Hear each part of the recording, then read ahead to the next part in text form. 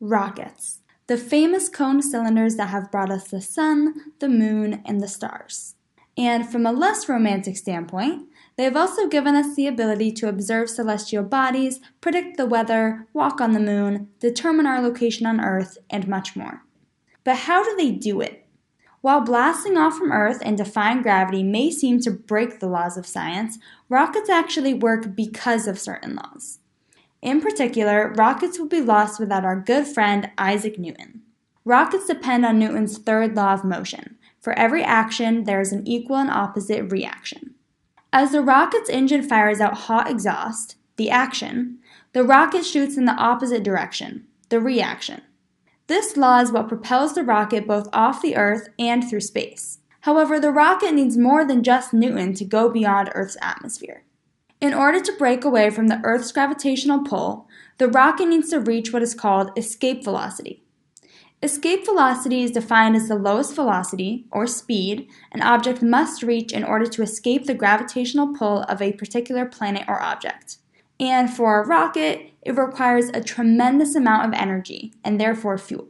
Escape velocity is represented by the following equation, where v is the escape velocity, g is the gravitational constant, m is the mass of the planet, and r is the radius of the planet. The escape velocity for a rocket is 25,000 miles per hour. So if a rocket ever asks you to race, I recommend sitting this one out. But what do we do once the rocket escapes the Earth's gravitational pull? Unlike a jet or plane that intakes oxygen from the surrounding air in order to burn fuel and keep the engine running, rockets are in space, where there is no oxygen, and need to have an engine with its own oxygen supply.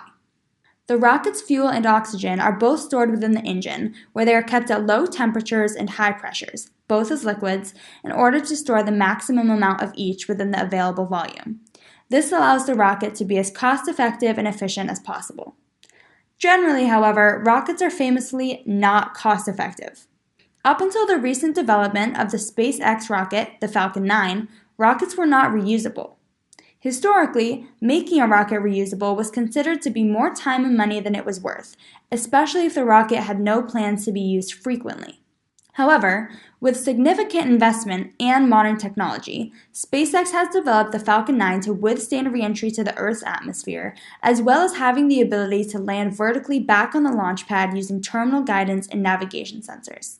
The Falcon 9 is a perfect example of how our knowledge of rockets, and all technologies, can continue to grow and be expanded upon as we continue to push the limits of the human mind to infinity and beyond. And next time you open your forever faithful Google Maps, remember to thank a rocket.